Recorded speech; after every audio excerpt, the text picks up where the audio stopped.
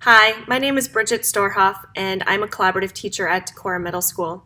Shannon Horton, our other collaborative teacher at DMS, and I will be hosting the first of two learning walks at DMS on Thursday, December 6th during second hour.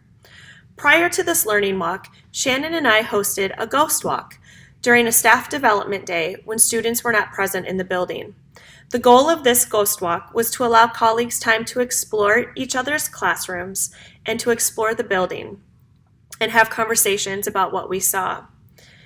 The success of the ghost walk prompted us to host these learning walks, and we are excited for the opportunity. The purpose of our learning walk is to observe teachers and students in the classroom for short periods of time with a focus area and specific look-fors. The focus area of this learning walk is student engagement, specifically emotional, behavioral, and cognitive engagement in the classroom.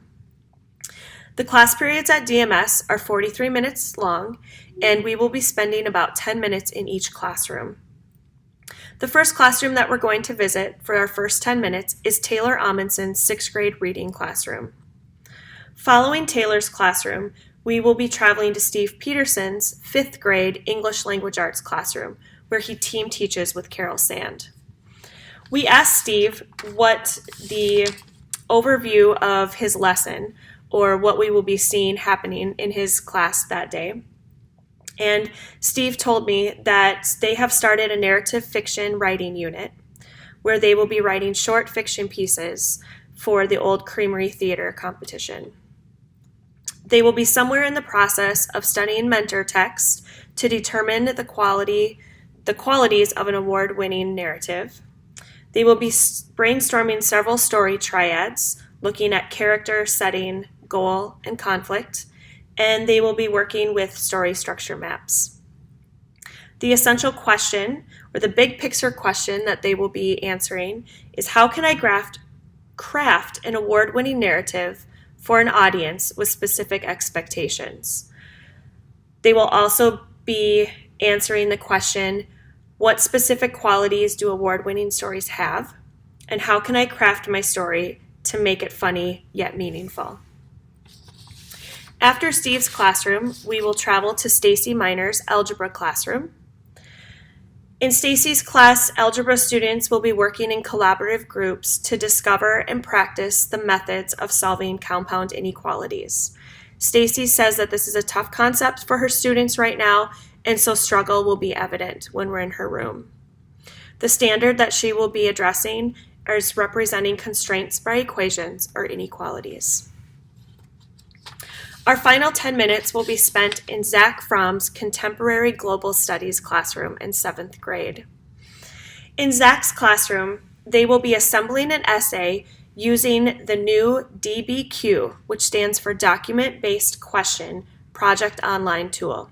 The online tool streamlines the process of assembling evidence in the creation of an essay. The big picture question, or essential question, standard that Zach is going to be addressing is with guided practice, they will be constructing arguments using claims and evidence from multiple sources.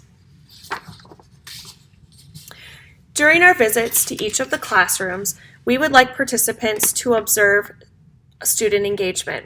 Our specific look-fors are emotional engagement, evidence of students' attitudes towards learning, behavioral engagement, evidence of following norms associated with concentration, attention, and cooperation, and cognitive engagement, evidence of acquiring deep learning. Shannon and myself will present to participants prior to the learning walk a note-taking form that focuses on these look-fors in the classroom. Our norms for participants in learning labs or learning walks at DMS are as follows. You will maintain a positive attitude and respect the lab host. We ask that you avoid being a distraction in the classroom. No talking to students or other teachers during the observation. Please save conversations so all can hear and participate. Maintain silence and do not take it upon yourself to teach students. Stay close to the action so you can see and hear what students are doing as learners. Record detailed notes that are aligned with the observation to use during the debriefing session. Participants and hosts of the Learning Walk will have the opportunity to debrief from 3:15 to 4:15 on Thursday, December 6th in the Decorah Middle School 3rd floor collaboration room. Shannon and I are excited to host this first of 2 Learning Walks this year, and we look forward to observing teachers and students in action in the classroom. Thanks for participating.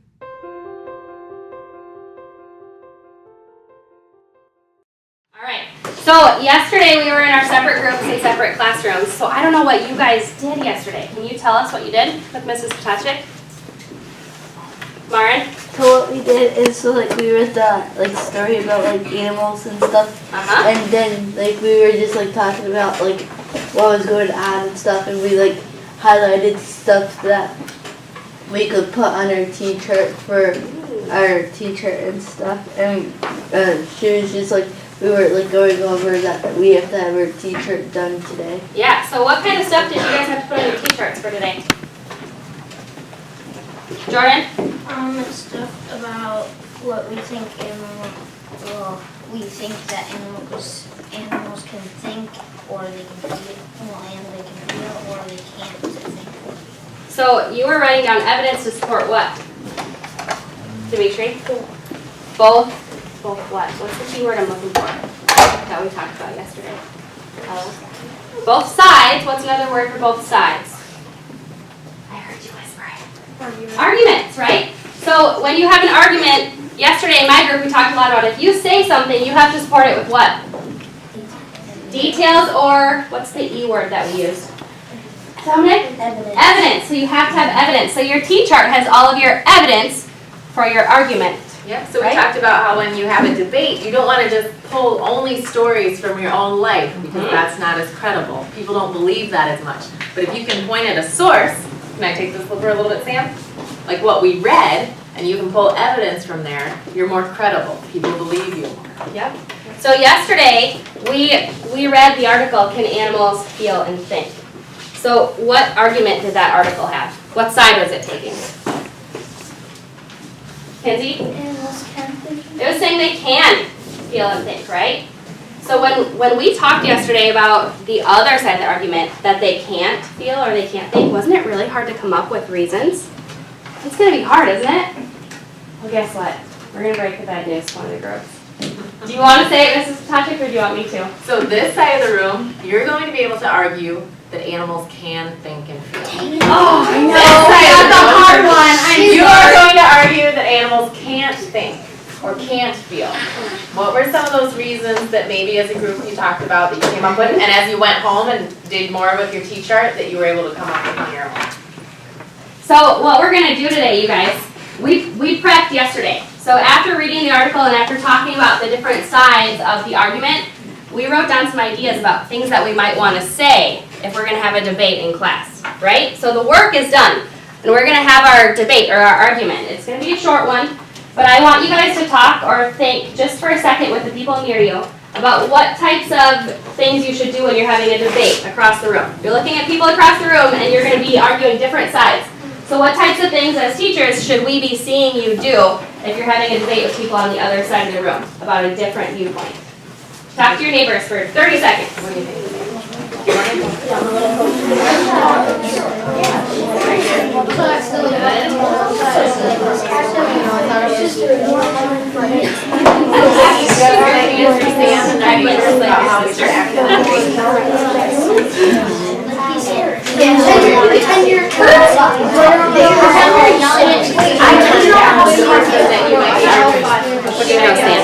Did you girls have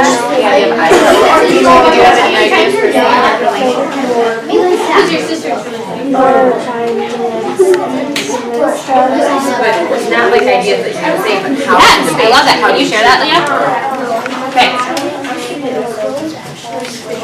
All right, you guys. So I want a few volunteers to share what you guys just talked about with your neighbors. Would you ever shout? What things will we be seeing as teachers if we're watching you have a debate with your classmates? What types of things will we see you doing? Kylie? We should listen to them and not interrupt and wait till. Yes. So you're going to be good listeners. You're not going to interrupt. Take turns with your other people in That's so important. So if you have a group of people who's having a debate, you need to take turns. Be good listeners, take turns. Leah? You want to try and convince the other side that what you're thinking is more correct. Yeah, so that's your purpose, right? When you're having a debate or an argument, your purpose is that you're trying to convince the other side that your viewpoint is correct, right? Rainey, do you want to add yours in? Eye contact. Eye contact, that is so important. And you know what I always like too? I love it when, if Paris is saying something and she is commenting on what Mackenzie said, she uses Mackenzie's name. So if she said, well, like Mackenzie mentioned earlier, if you use somebody's name, then they're more likely to listen and pay attention, right? And who you know who it's going to. And you know who you're talking to, right? So what we're gonna do, you guys, is I want you guys just quick on your sides to take 2 minutes in your groups.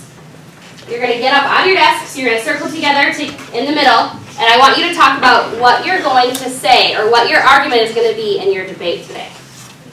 So you know you guys are arguing that they cannot think or feel. So what thing do you want to say first in a debate? What are you going to start with? And you guys are going to argue that they can think and feel. So what are you going to say first, or what are you going to argue? What's your go-to piece of evidence? Okay? So 2 minutes right now. Get up out of your desk, circle together.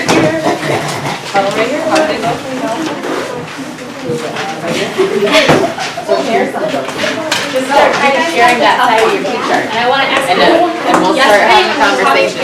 Do you have your teacher cards that we talked about for this side of the argument? Dimitri, you forget that. Can you just say you have it? Let's start with. They could how the pig could check the other Because pig. there is an evidence that shows that they do those things. It takes thinking in order to So trick if somebody.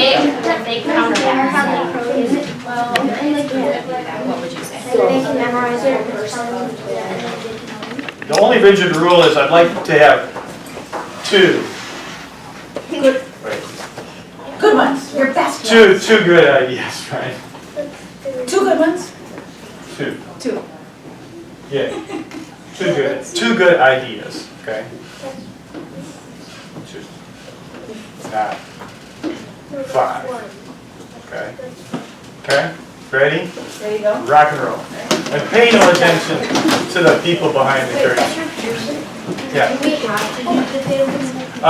Yeah, I would grab that table and no, you don't have to use the table, but I do want to try it. I'm curious, what about the table doesn't work? Because I want to know. I don't know, I just. Oh, I need you to brainstorm.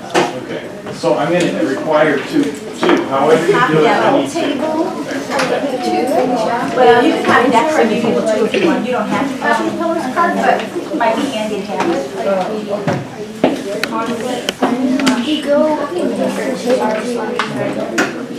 Yeah. If that works for you, or maybe if the characters work. These characters are going to have this conflict, and it's going to show us this. Does that make sense?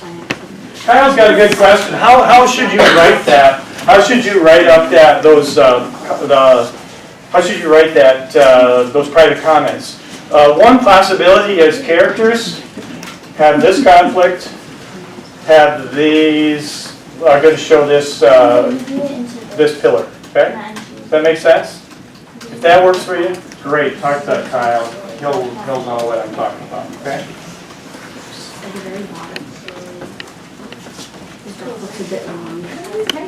Can you talk to each other? Totally. Yeah. You have already thought of it, yes. Can you add it to your, you can put it there, but don't post it yet. You can't, no, you've got to copy and paste it. This one you can't copy, so you just copy and paste it. Or if you want to sort it together. Or something, right? Okay, because we were kind of using some, maybe using some reading rights, so we'll use some brainstorm. There it is, and did you paste the bottom? That's just a temporary place, that way we wouldn't have to read a new doc forever. So you go back and get the part where you're. If the table doesn't work for you, That's the part. yeah. like all the stuff that's in the tab. Yeah. So, yeah, is it working now?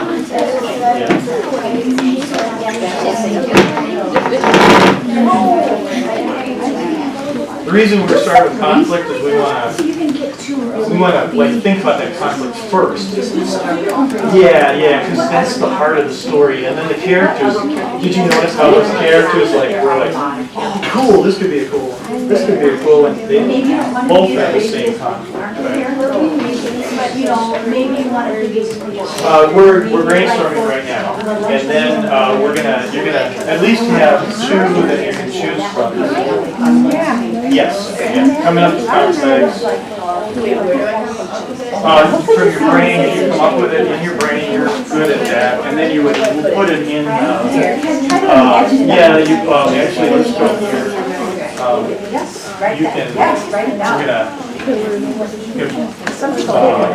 copy and paste your writing notebook, because it's nice to have the right place to, it's like, you can store everything there, and then you just copy this table in. Okay, just copy it in. Yeah, just all the way down. Here's what I would do, is I would just skip my clicker there. And skip my clicker down there, shift click. Copy it, and then just go back to your reading writing notebook, paste it in there, and then you can, it's yours to play with. Okay? Any of them going to have like a historical component to it, you think, or not? Right, okay, great. But make two, because it's always nice to have like a comparison. There's something about like that first idea is sometimes your best, but sometimes the second idea like builds on the first idea, and that becomes your best. Yeah, you can, those are just scenes. We kind of did them together. Like, we had a conflict and then we had a bunch of characters and we sort of thought, well, if it was this character, what kind of story would that be? If it were this character, what kind of story would it be? And it's like, the conflict was the same, but the characters made the story different in some weird ways. So play with those. Get some ideas. Go.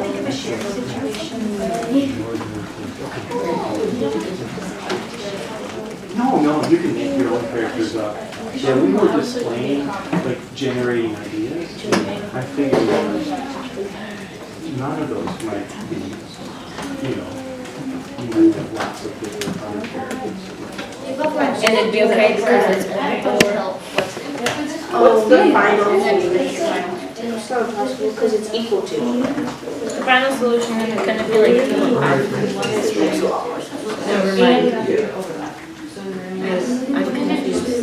couldn't it be like, isn't it supposed to be the number that's in the one? There should be nothing. So the solution is version that satisfies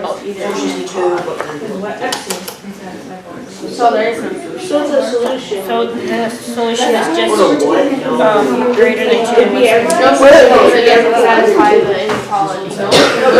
Yeah, that's just or. Like what is the? So final solution is one closed. So x is less than 2 or x is greater than 1. Okay, so it's either or. It doesn't have to be both. It's just either or. So it's fine, right? So there is solution because yes. with the and. But no, Right. So this one you can't do it. Your final solution is this, and it is what you should do. Yeah, compact is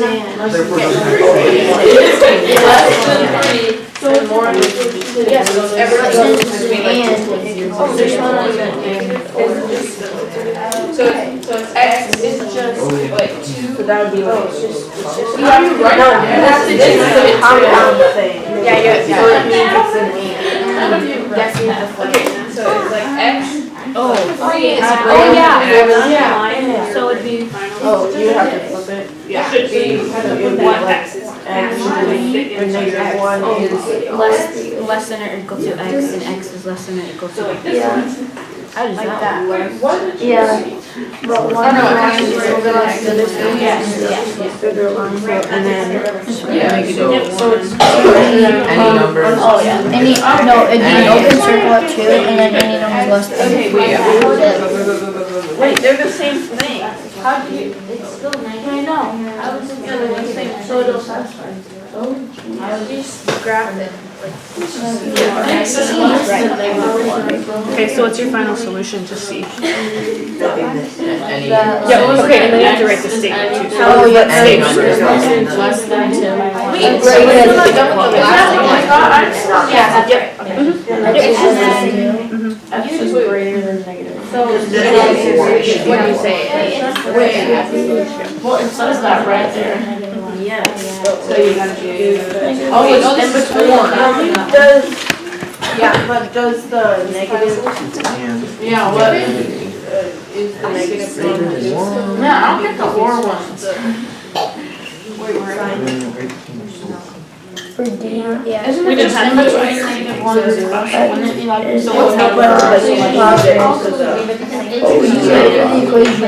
X. X is the solution. Yeah. You have to do like, What we want is the negative is. wait, what you wrote? So what's your final? Oh, yeah, all real numbers. What are the x values that satisfy B?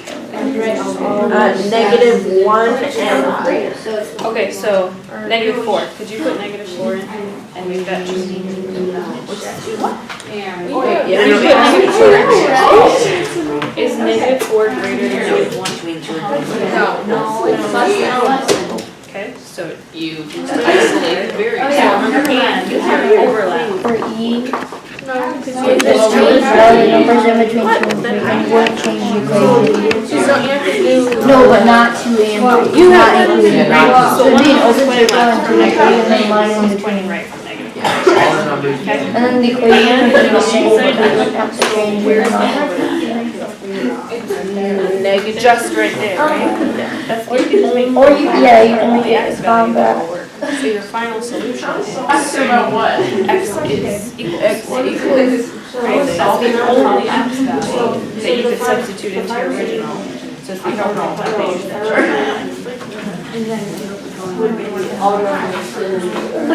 So it goes finally up, and then it goes this way, and one this way. So you have to figure out a solution for both. How do you solution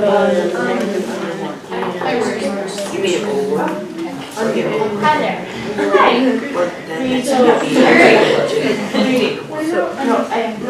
How do you You flip the sign, But X has to be, so so it's it like. would be all numbers below. Oh, I did not understand. So right here. I remember it's less than 2. Yeah. So That's less than 2. Yeah. It's totally not even less than. It was- Actually, no. Yeah, I know, because it has to be overlap.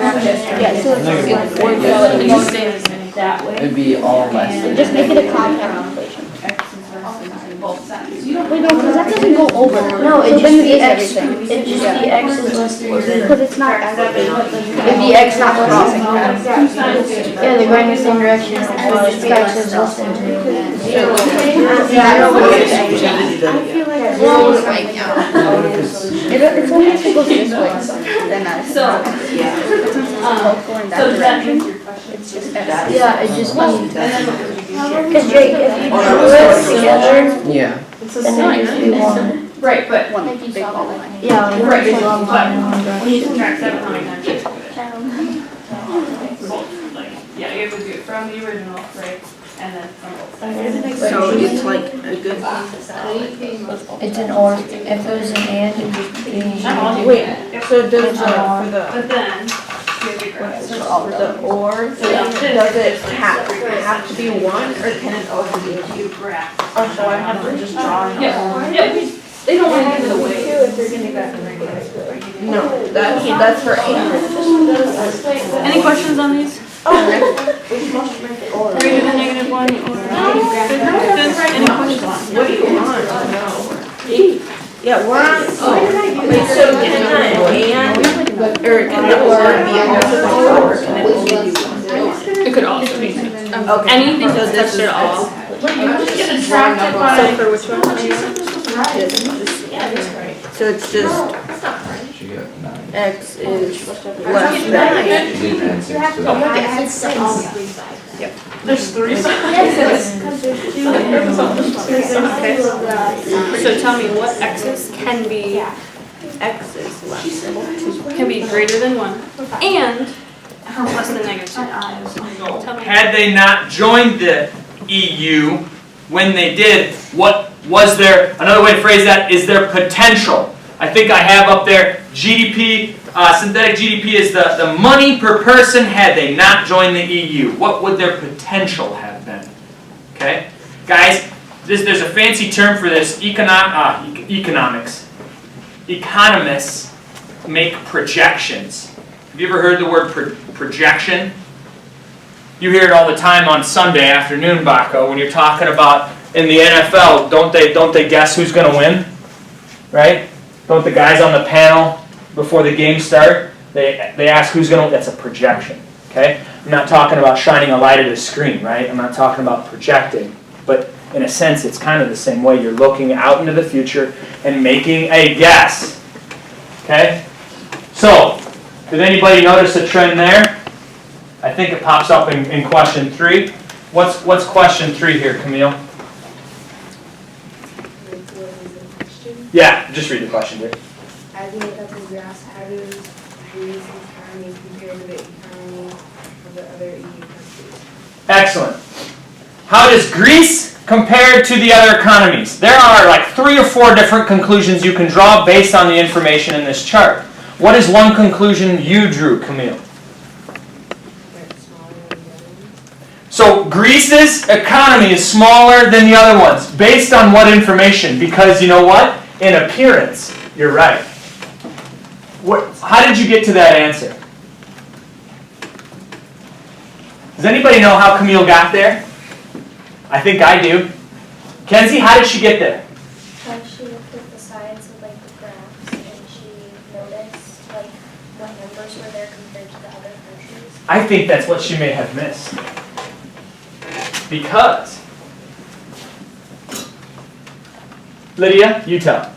Do you know where I think Camille's at? I think it was like the synthetic, like what it would have been is larger than what it actually is. So, because the real GDP is smaller, it appears Greece might be doing worse off.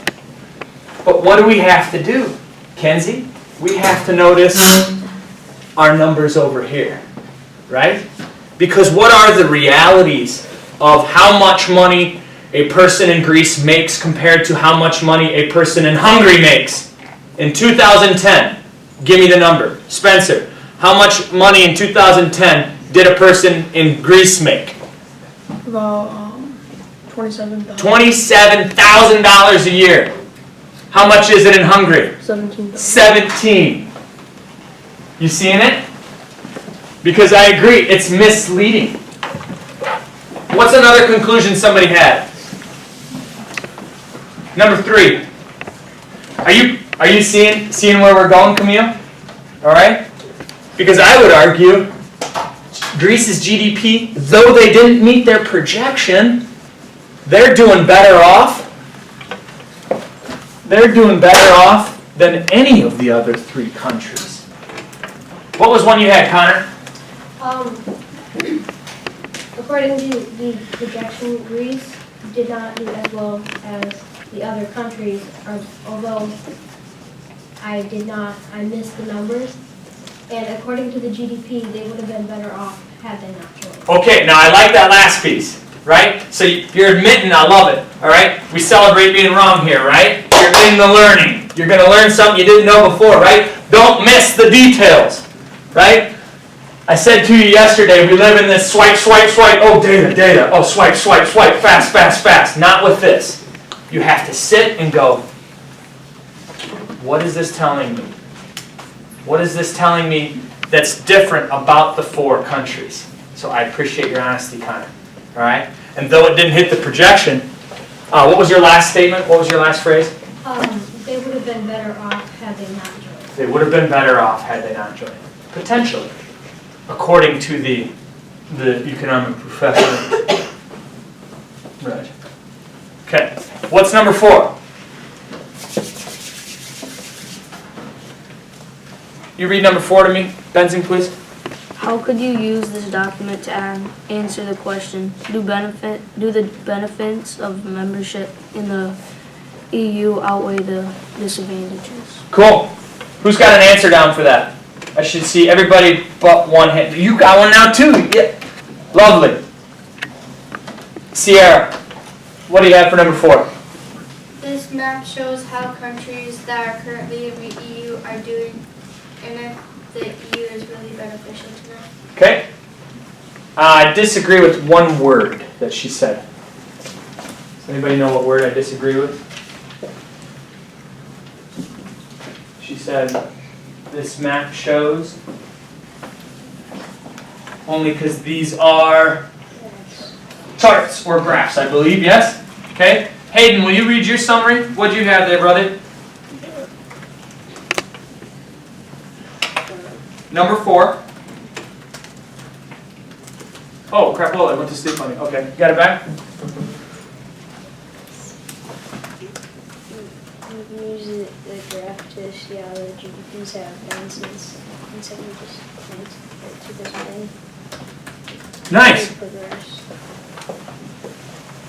So, you could use this graph.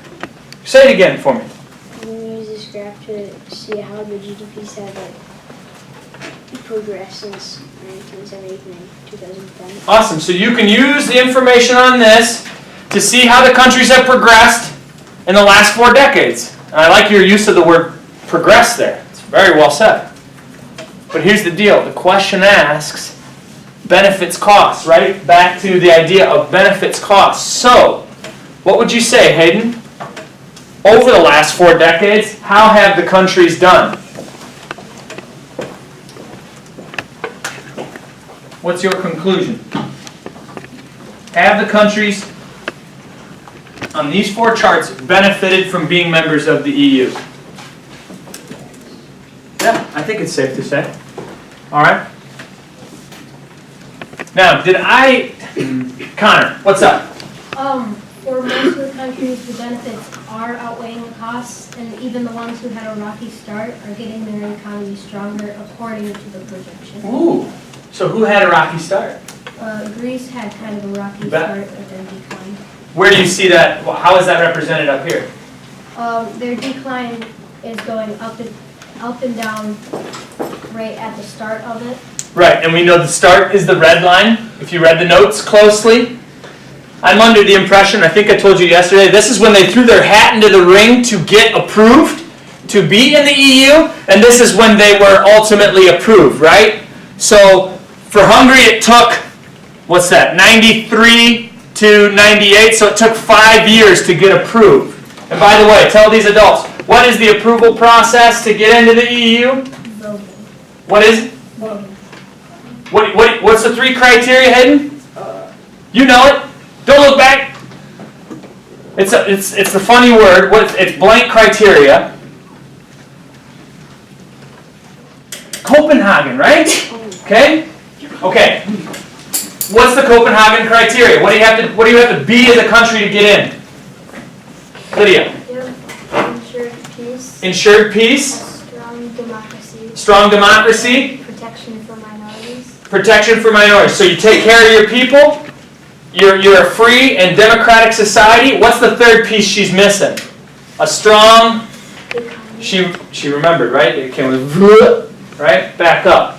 So it's safe to say when Hungary tried to get in post fall of USSR that we learned about in 1991, it took a few years. All right? It took Portugal even longer. But I can make a conclusion that it appears.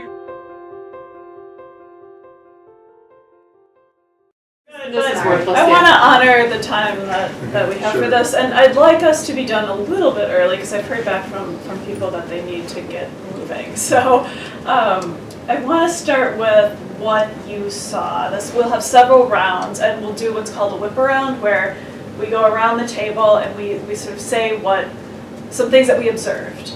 And you guys don't have to participate on this side, so it'll be like, we're just going down the line, sort of. It's basically the two of you, but we Wow. so we'll do that as well. Okay, yeah. It's just Amy. She's going to be.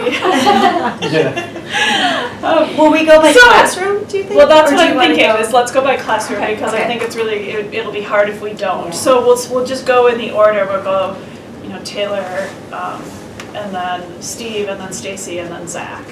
So, and it's in order on your notes. So what you do is you're just making observations about things you observed, things you saw, things you heard, and it's not judgmental. So it's either negative or positive. It's just what you were able to write down and observe when we were in the room. So we'll start. Amy, do you mind starting? I would not mind. She's like, here to get you tomorrow. And this is specific to the 6th grade classroom So we'll only, so right? we'll start with 6th grade. Okay. I noticed kids facing one another, and I don't know if that was specific to that assignment, because something I wrote down quite a bit was eye contact. And that's so huge, and 6th graders, the eye contact that they had between one another, and then that was just something that really stands out to me after spending time in that classroom. And students willing to share out loud, feeling very comfortable in their environment. You did 4. Yeah, just do one, and then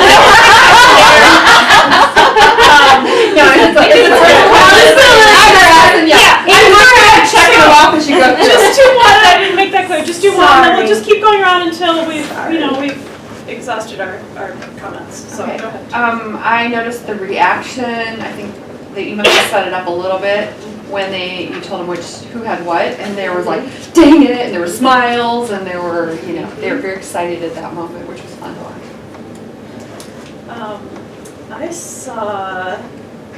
I saw teachers up and moving around in a very seamless back and forth between the two. I saw Sorry. I noticed that students led the review of the previous day's work.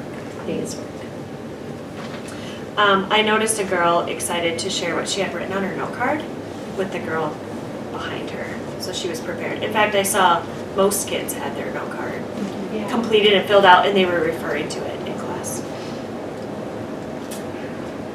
Looping back around? Yeah, Okay, yeah. I noticed students that all knew what their expectations were for that day, both academic and how they were going to contribute. I noticed when you had them get into a circle to discuss, they were all in the circle. It seemed like they included everyone. I noticed they were quiet for announcements. Quiet and weren't fiddling with things, and were seated, not moving around. Like they were listening to the announcements.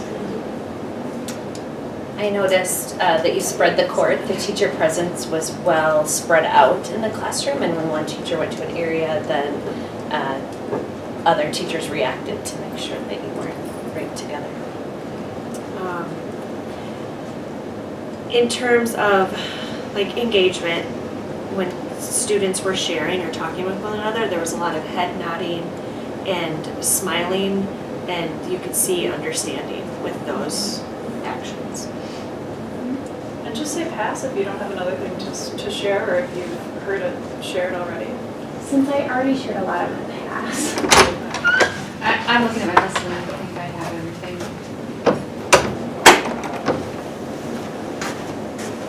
They all were supercharged about the topic, and from talking to Taylor, the other topics she picked were really engaging. I noticed a topic that really got them excited. There were other topics and stuff?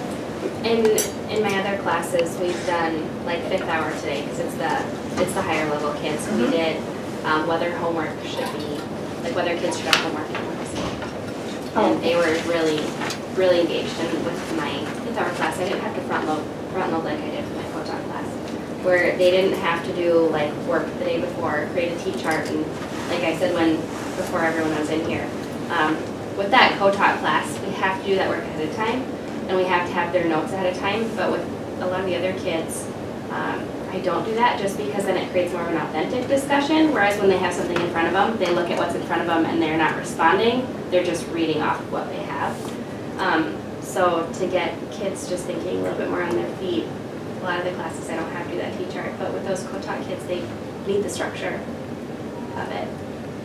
Oh, I didn't think about it as being the team talk class, and they were so engaged. Yeah. I noticed a few flexible seating options, which I think feeds into the feelings of value and belonging in the classroom. I noticed lots of different, well, we were just in there for 10 minutes, and so there wasn't a lot of downtime. Like you went from asking questions to start the lesson to then they shared with one another, and then you told them what they were going to debate, and then it was quickly into the circles, and they just were on top of it, and there wasn't any downtime. They were very engaged. But I think it was like the perfect amount of time with each, just within 10 minutes, to keep them involved and engaged in the class. Maybe you're still passing. I noticed time constraints given to each activity where students were working independently. Okay, so I'm going to change the format just a little bit. I'm going to have us go around again or you know what, we'll just leave it open. Ask questions of Taylor because she's here, and then she can take off, and then we'll move on to the next one, and we'll do it that way. So you asked a question already, which was awesome. Let's just build off of that. So what questions do you have for Taylor on her setup of her room or the lesson, anything? You have assigned seats, or do the students choose their seats? Today, because we've had separate groups the past 2 days, Mrs. Patajic and I split them into 2 groups last Friday based on kind of where they were at if we put them in groups to argue a topic. And like the group that had to argue against, animals don't think and feel, those are the stronger kids in that group. And The we ones put that them were by there. the window? Yep, and we put them there intentionally because they were going to have to argue something that they didn't believe in. So we knew we needed the stronger students on that side. And those kids have been with me for the first part of the week. And then the other class is that of Mrs. Patajic. And we read 2 different stories kind of leading up to today. And the second one was an informational text yesterday that was all about, yes, animals do think and feel. So those lower kids with Mrs. Patajic, they had evidence and they had that background knowledge from reading that article before debating, so that they had a little bit more like oomph to what they were saying today rather than just like pulling things out of the sky. But it's balancing it out a little bit. Yep, so we kind of knew that ahead of time that we put those stronger kids in one group just because we knew they were going to have to argue with something that they necessarily didn't believe. But after you guys were gone, we talked a lot about perspective and why it's so important to think about the other side of an argument and what the counter arguments are going to be, and because it can make your argument stronger if you're thinking about the counter argument. So that's why we did what we did. Now I honestly forgot your question. I just started rambling. No, you answered it. Okay, Good. So what's that? So with the assigned seats, they got to, when they walked in, they picked where they wanted on that side, but they had to be on the sides that we told them. But your setup with Michelle is to meet separately some days? Some days. Okay. Most of the time we're together, and then Okay. Michelle and I meet every week to plan. During lunch, it's just when it works, and we plan and figure out what stories we're doing and whether that's best in a large group setting, or if we can split it in small groups, or even if we do 4 groups where she's managing 2, I'm managing 2, and the kids like to move classrooms, they like to be in and out. So it's the advantage of having 2 adults. I wondered if the flex seating was your choice or if it was like mandated for a student, like in an IP or whatever. Nope, I just have it in there, and the kids, whoever gets there first gets it, and they grab them, and kids are really about sharing and rotating. Like, if somebody had the ball yesterday, then somebody else gets it the next day, and I don't really monitor it. The kids just walk in there, grab what they want, and they usually behave and are, well, self-disciplined with what they're using or sitting on.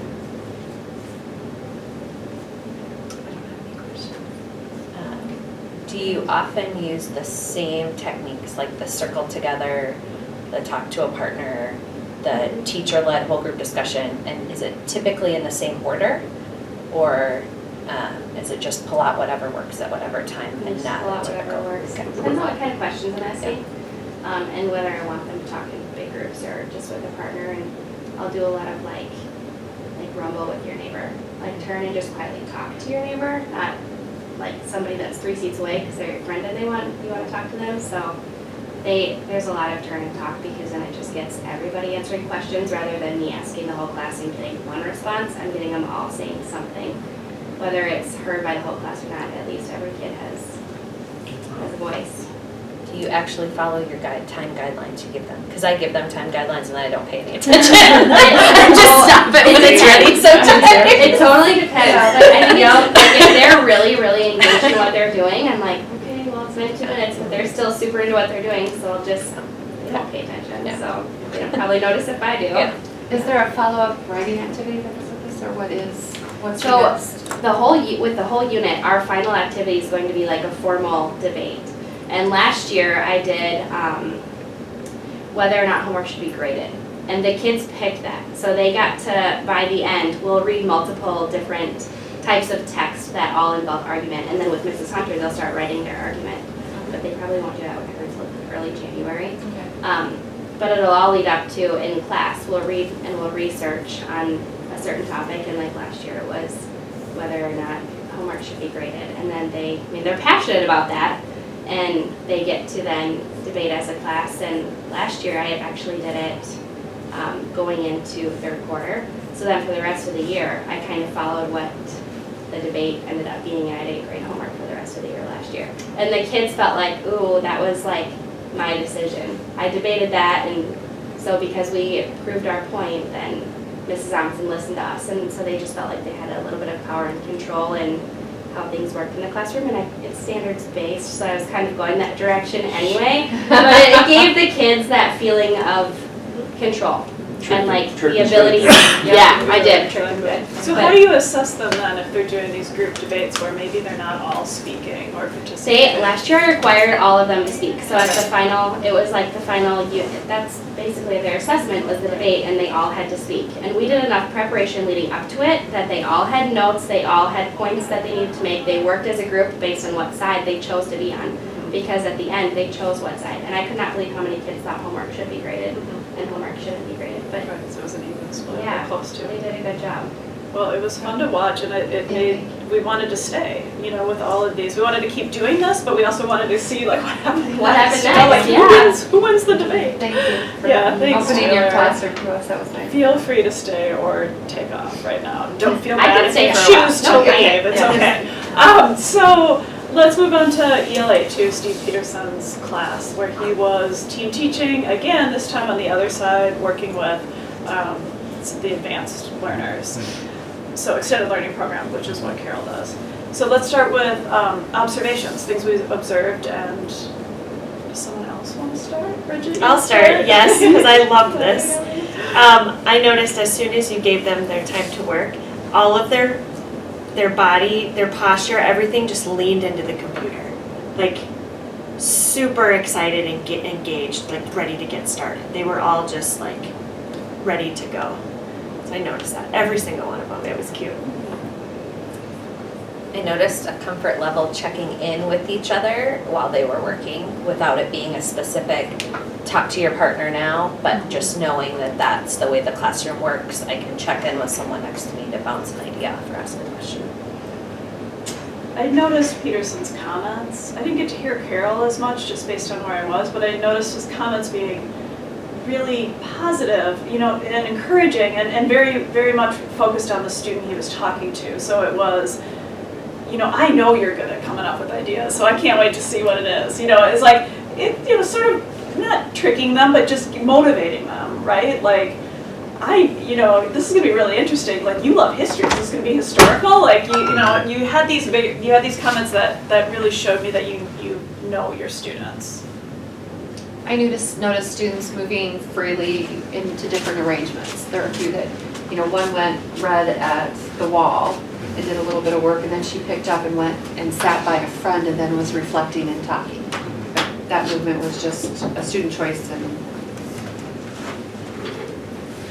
I noticed, upon arriving to the room, I don't know if this was intentional for this assignment or not, but the lights were turned off, and it was just kind of this whole transformation of then the lights came on and the busy work was happening, but as things were kind of in preparation, it was interesting to me.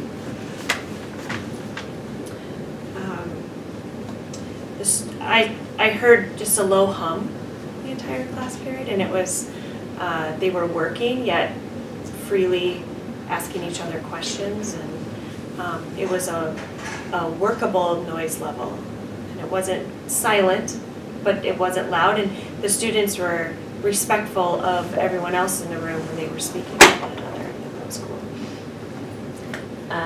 That there was an ability to have deep one-on-one teacher engagement with a student, not just sort of the walking around proximity monitoring of students, but the ability for both of you to have in-depth one-on-one conversations with students. I noticed the chart on the wall that you maybe did yesterday, or was it earlier that day? Probably yesterday, right? Can I respond? Yes, yes. When you nod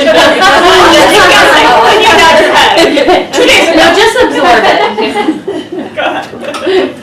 But I noticed that, I'll just say that I noticed the chart that was, and then they had, good or bad. Right, but I loved looking at what they had clearly come up with, and then they had a table, they had a chart on, I've seen a lot of this with you, where they have some kind of a template that they're using that seems to give them a little bit of structure to help them be creative.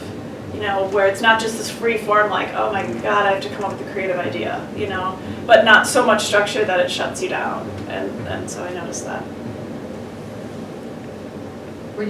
was he gonna say something? We can get it. We can ask. We can Oh, questions. okay. We'll ask. Yeah. Oh, okay. He's gonna stay quiet. I've heard the students say we get to choose, because when I was asking, there are a couple boys and 2 or 3 boys in the corner working together talking about it, and I had them explain to me a little bit of what was going on and what they were doing, and they said, they're explaining something about their characters, and I said, so are you all working together? Oh no, we're just coming up with ideas right now, but we get to choose what we want to do. So there was a lot of conversation before even their individual work came together, and good discussion, I think.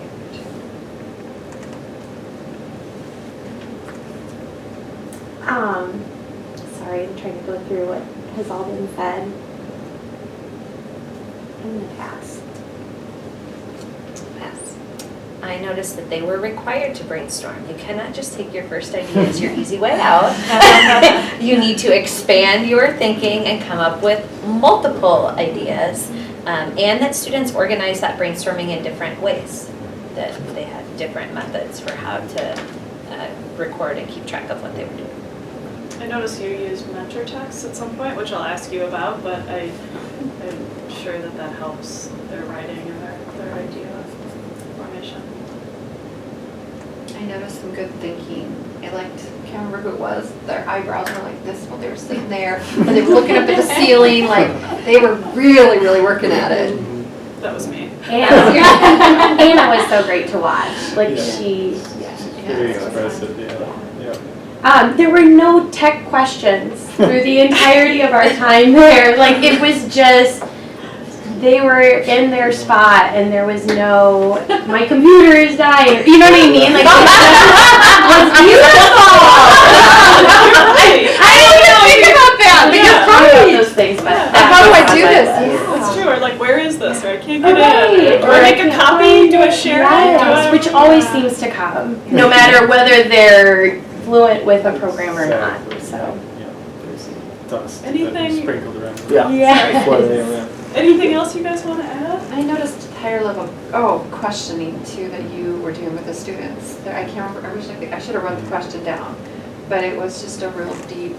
Remember, and you were making them think back about yesterday and reflecting on I think the character quality and the the parts of the story that you put together. I don't know, anyway.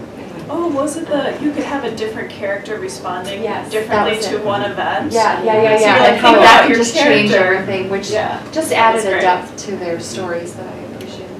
I noticed some conscious word choice that I think helped the students be seen not just as students doing an assignment.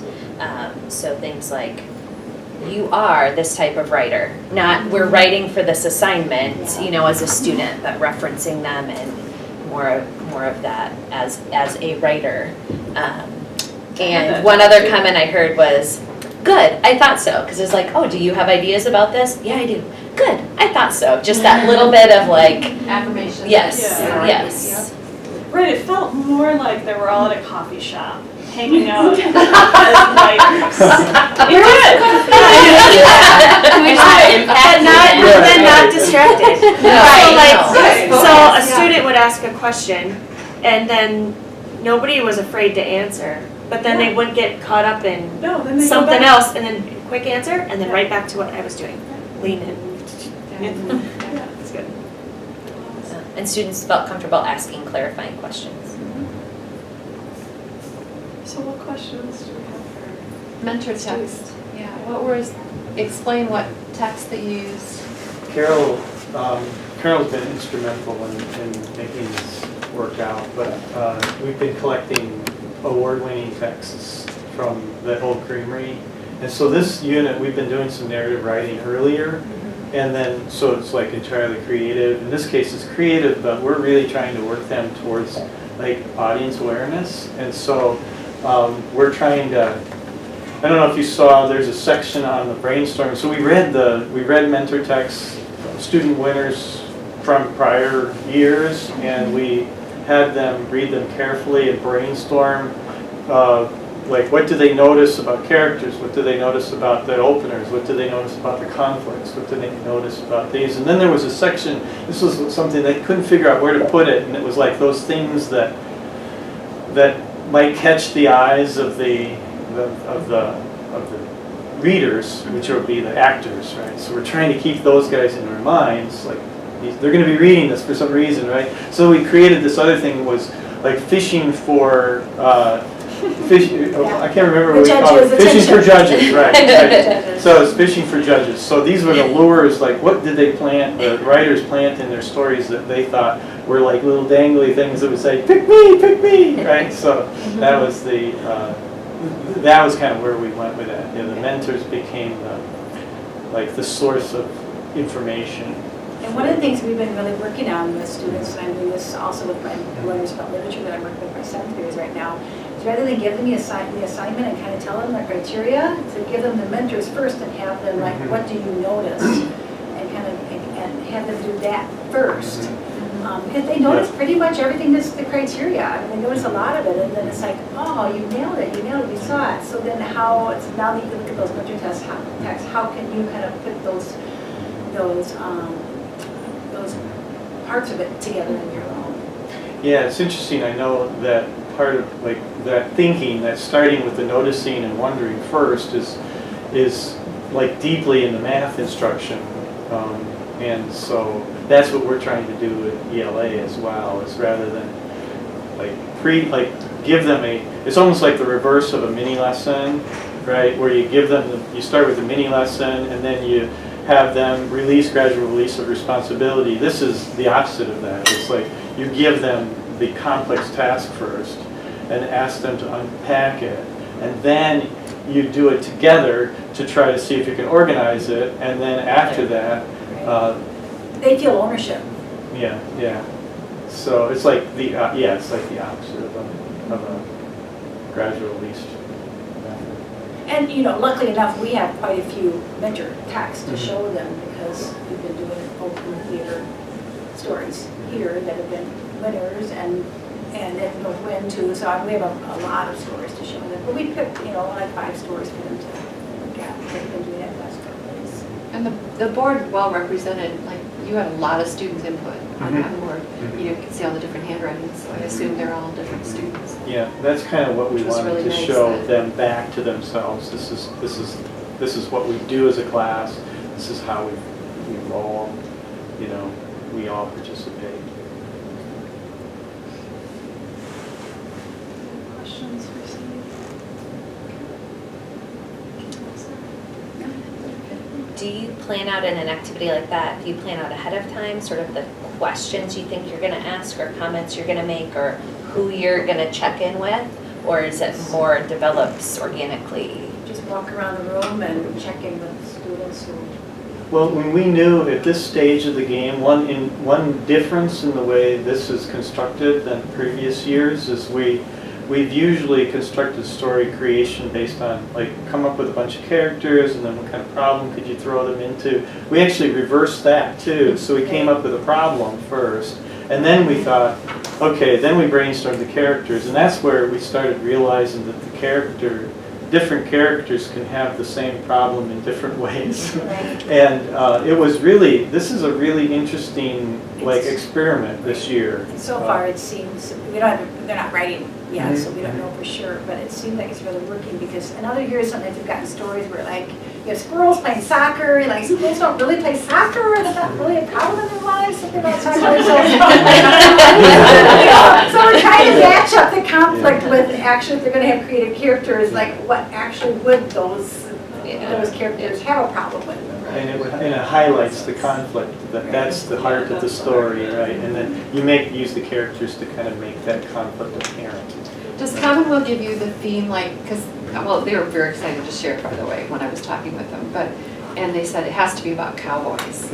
Or did they choose that's what Commonwealth? That is the theme. Oh, it is, okay. So this is- They loved that theme.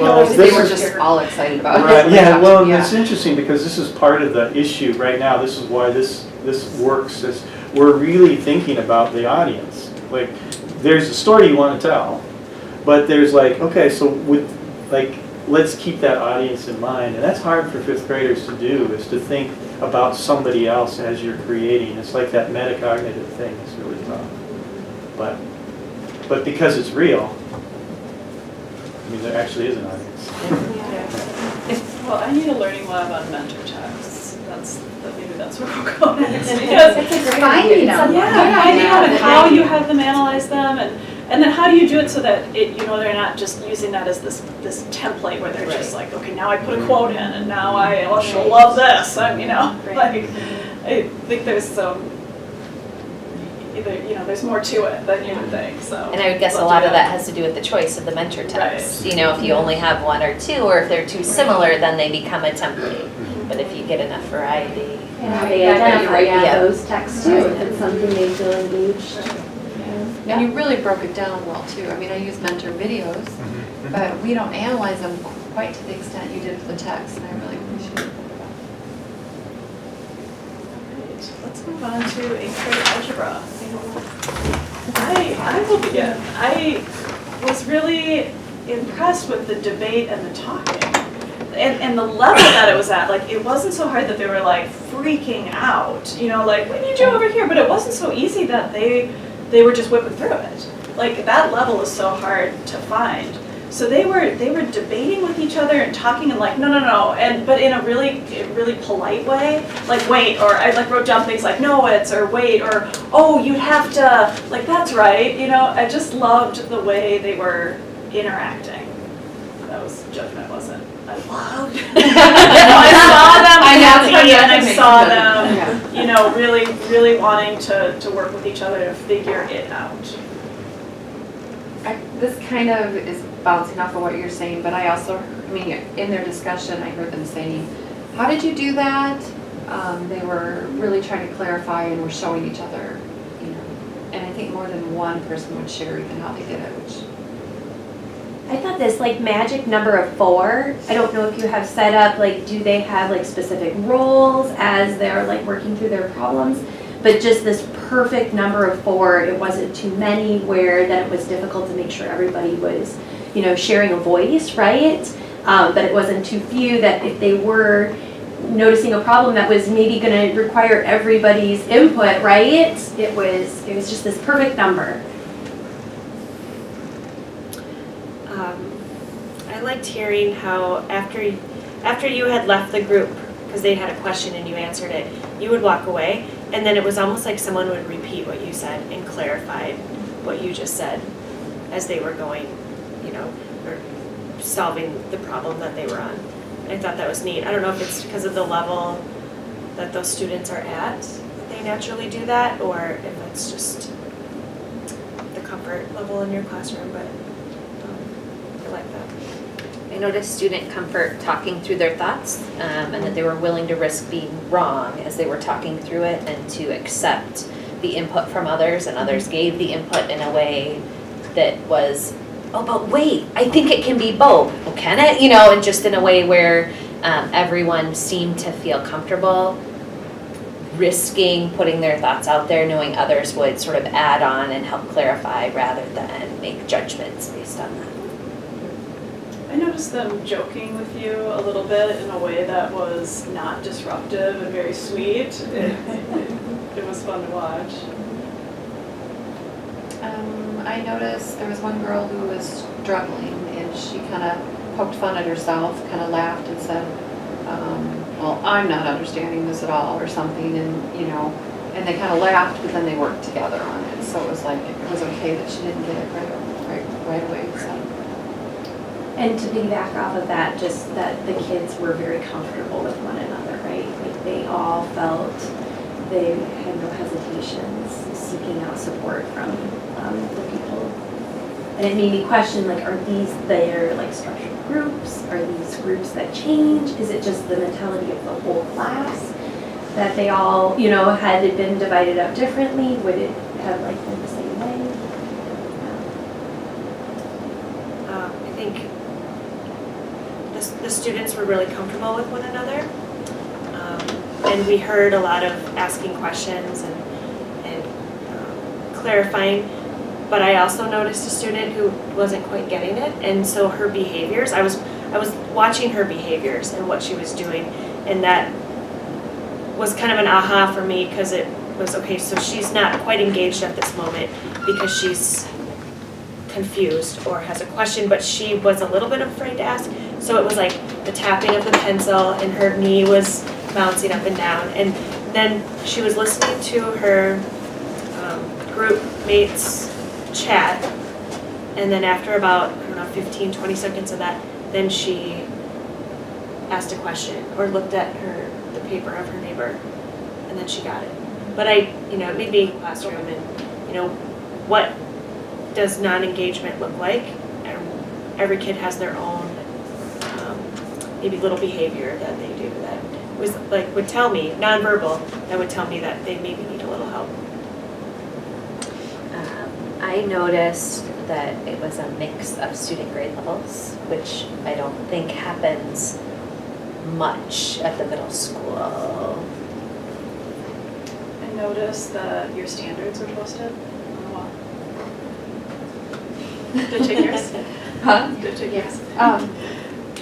I was trying to observe the difference between the way the females and the males were acting in there, and I kind of changed my perspective. I thought there was a lot of similarity. The one group of females, it was okay for them to be making mistakes and talk it through, and the guys seemed to be the same way. It was just that one young lady who was afraid to make a mistake. So I was trying to analyze that as I was looking through, but in general, I think both sexes were acting very similar in their behaviors without any problems. Did you also have on your board, like, not only what they were going to be doing that day, but like the upcoming events? You have that really awesome, I'm sorry, you can't talk right now, but it's not. Okay. We have that like awesome grid, and it not only has like, this is what we're doing, but here's what's coming up, which is really, especially when you have so much, really specific material that is mapped out probably so very carefully. You can ask that? questions, that's fine. Yeah. No, she doesn't have to. Go ahead. To like ruin it. No, please, let's Yeah, open it up to questions. Yeah, like the bottom row is like what's coming, so they're not surprised if there's a test coming or some, like big things. Just again, so that they hopefully see it every day. Not like, oh, we have tests tomorrow.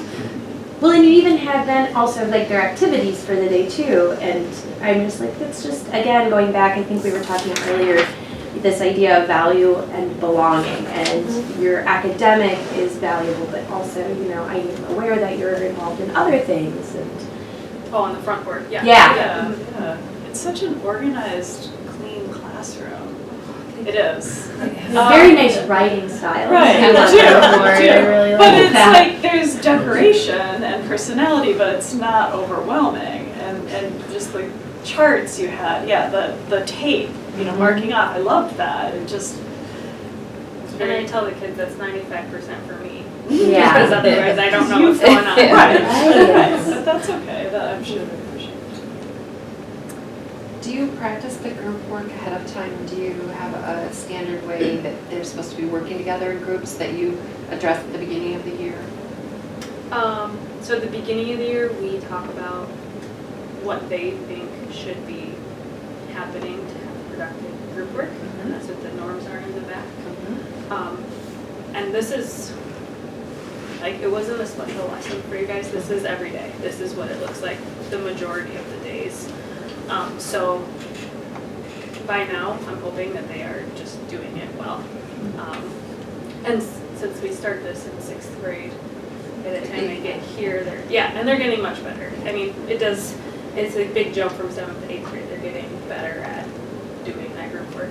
So other than them deciding what's important, and I think, again, this is an accelerated group, so they care about their learning a little more. They're not going to be as off task as maybe you come to my 8th hour or something.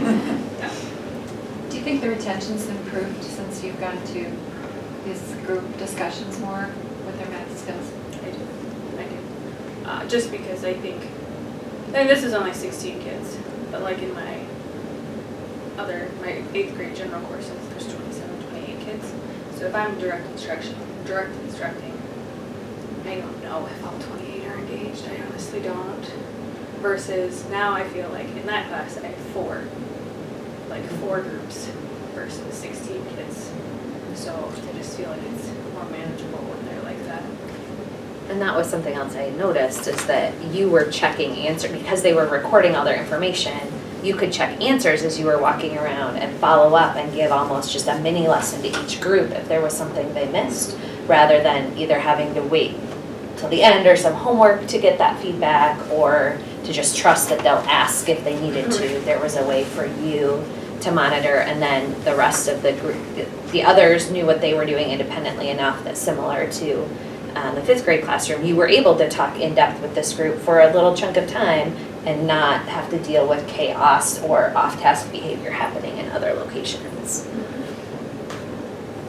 So do you assign the seats? I'm not sure if you answered that. Do you assign the groups and then do you mix that up a lot, or But this does it depend on the class? It does depend on the class. They chose these groups, and I haven't moved them yet because they're doing so well. Perfect. Right, and I go back to like, you know, what's the goal here? Is the goal to have to work with people that you're not used to working with, or is the goal to get the most out of your group work, and you're going to do that with people that you're comfortable asking questions and being wrong with? I haven't had any issues, so I haven't moved them yet. What about the other class you were talking about, your 8th hour? Oh yeah, I move them. Move them. You know, for proximity's sake, but also like the people that they're working with, they're not working with. Anything about level? Like, I'm guessing there's more of a range of ability. Yeah, once I know them, you know, at the beginning of the year I don't know them at all, so I let them just choose right away, and it usually takes like a few weeks, and then I know them. Right. And since they've picked kind of someone they're comfortable with, I try to keep like a pair of them together, and then kind of move them and spread out the abilities a little bit more. I noticed they're all pretty much on the same problem in their groups. So is that typical? Are they good about staying with each other, or? That's encouraged. Yeah. Yeah.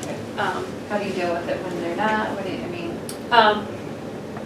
That class isn't so, but if they're not, I just try to remind them, like, if I wanted you to work individually, I would put you in roles and make you work individually, you know? Like, this is written to be discussed, like, so that you can reassure yourself, like, if all 4 of us got this answer, we're probably good. But yeah, and some of the other classes, they're still, like, and these are kids that are, their abilities are very there's not the huge differences versus like the general classes. There's more of a difference, and there's still the ego of, I don't need to work with you, I can do this on my own. But at the same time, trying to encourage them, like, yeah, but teaching is the best way to learn something, so. And this is work they brought in finished, or they had already tried to work on, or this is work they were just doing in class at that moment? So there was 4 parts to this lesson on graphing and solving compound inequalities. Yesterday they did kind of the intro to what a compound inequality was. And that's what I just quick asked them, like, okay, what were the big words from yesterday? And then today they had to muddle through, how do I solve and then graph the compound. So, or the compound. So there's a little bit of old, but the concept was new. And I didn't promote it at all. They just had to kind of muddle through it. Like before you guys got there was a lot more struggle. And they finally yeah. And how do you use your standards that are posted? Do you refer back to them, or do you put them on the assignments, or right now are you like, oh, I got them up, check that off? It's more it is kind of like it's more of just like, this is what we're doing, you guys, so that when you see it somewhere else, like, oh yeah, I know what compound inequalities are, and they are on my standards, more of like the standard space. Yep, we're doing right, it, we're but there. yeah, so. But it's just a lot to manage all those standards and stuff. So I probably don't use them as well as I should. It's a process. No judgment here. No, That's right. no, because you have how many that you've selected for, like, let's say 8th grade algebra that we saw, or something, with the algebra one we saw, how many standards do you have, priority standards, would you say? Really? You don't know off the top of your head? I don't know. All of them. No, it just seemed like a lot. There's a lot. Yeah, I don't know. That's all right. I'm just curious. I noticed that the student debate energized me being in the classroom. Like hearing students actually willing to disagree and try to argue their side and then come to a conclusion and go through that whole process energized me. Well, and that's fun. And everyone had a voice. So they want to jump in. I know. See, that's not something I expected in a math class, so that was something I noticed too. That, you know, there's a lot of times we go into math like there's one right answer, there's one way to do it, the teacher wants it done this way, I can't figure it out this way, I've got to show all my work, you know, whereas they're like engaged in a very different way than I would expect in math, which was fun for me to see. And maybe you guys are probably used to that, but that's new for me because I'm not in a math class. I appreciated that every student was talking in the group. There was no student that was just sitting there not saying anything. I thought we would see quite a difference between 5th grade and 8th grade. And I was like pleasantly surprised that their engagement was all very similar and it was good. Well, I know we could keep going, but I'm going to move us on to 7th grade and to Zach Fromm. So, yeah, and don't feel bad about getting up. Yeah, totally. It's okay. No judgment. So, does someone want to start with that, with our observations of what we saw in Zach's class? I saw a student in his element that I don't normally seek, that isn't usually in, you know, doesn't always have successes in other classes. But I also thought that and you made this very clear too as you were talking about, they weren't afraid if it wasn't like a perfect answer, right? And you're like, we always celebrate that, right? And you're almost there, and you know, like you just kind of keep nudging along instead of just, well, that wasn't correct, does somebody else want to try? And yeah. I noticed on the computer screen that there were questions that they had to answer, and they were using most of them. Well, I saw most of them had it finished, but then as there was discussion, they were going back in and maybe adding or clarifying or changing answers based off of the discussion. I noticed you did a lot of math connection today for me, so I appreciate that. No, there's a lot of cross-curricular stuff that we talk about even up in calculus, so it's fun to see. Slope? Average slope? What do you mean? I noticed that you would ask other kids to explain what another kid had said, and usually what I do is I then jump in and explain, but you were engaging them by asking other kids to jump in and help out. So that really stood out to me. I noticed a student, when he didn't know the answer, he got it wrong, kind of like, was wringing his hands a little bit, but then he still felt comfortable enough that he answered a question, raised his hand later, even though he didn't have that first success. And kind of pairing with all of that too, one particular student said an answer very timidly, and it was as simple as you being like, just say that one more time a little louder. And you could just tell that second repeat of that answer for that particular student, it was just like, yeah, I can do this, right? I mean, it wasn't very difficult even. I really appreciated that how engaged they were with your, not lecture, but that you were up teaching and the computer screens were open right in front of them and they could have been very distracted, and they were able to manage both, and eyes were on you, so you moved to the right and they were listening to you, and you could see that engagement with their body language. But I really, there wasn't any swiping, and there wasn't any like changing the dimness of their screens or anything like that, and they were able to be engaged with both appropriately. I noticed some modeling. If you don't remember what that is, what's the related thing that we've dealt with? And is that easier for you to remember? And then did the other, so helping them, okay, when you don't remember something, what are some techniques, things we can do to try to get there? I know you said a couple times, and I've heard you say this before, that you appreciate their honesty. So there was a student that said, I didn't really look that closely at the numbers, and now I will because it's come up in this discussion basically, but you're like, encouraging them to participate and to be honest about where they're at. I noticed how you acknowledged our presence as we came in. You just said, I told you people are coming, and kind of addressed it, and then started teaching again. I'm going to pass. I noticed many different students involved in answering questions or explaining the thinking of others who have answered questions. I noticed front-facing seating.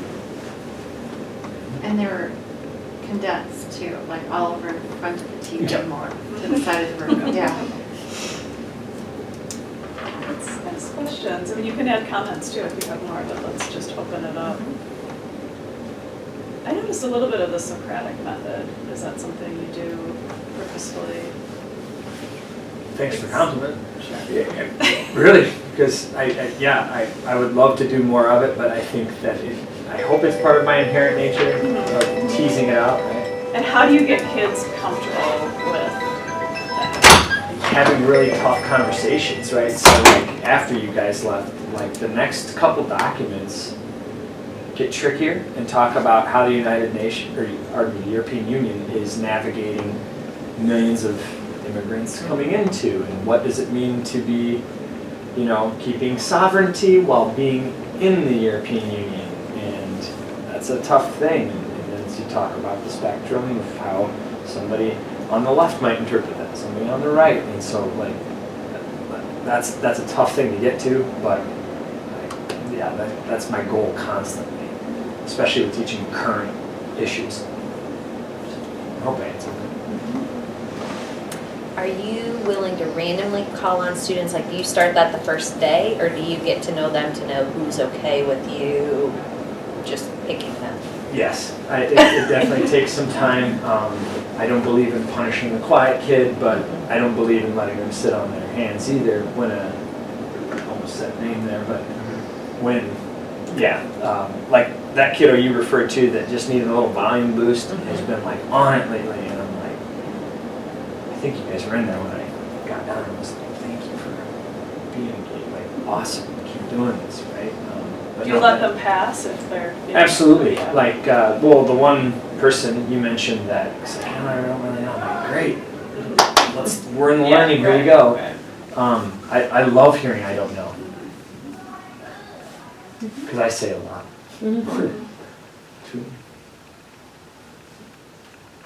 There were a number of kids that I noticed, and this came out earlier, that were participating that don't participate in other classes that I've seen, that struggle with some of the academics at the middle school, that were raising their hands over and over again.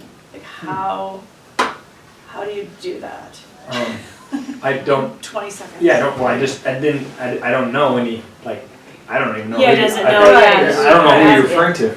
But did which you is awesome. notice some of that Absolutely. too? But Yeah. But being in my team, like sometimes I hear, I'm like, I don't see that. So I think it comes down to passions, right? Like the Yes. structure of my room is different than Sarah's and Bridget's, and that's fine. And so is the content. So I think it just hits the sweet spot differently for different kids.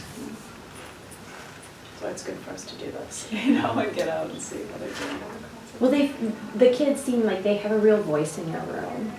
It's just, you're authentic and they're more authentic, right? It seems to me. I mean, you're being Yes. authentic being you, right? No. Just I mean,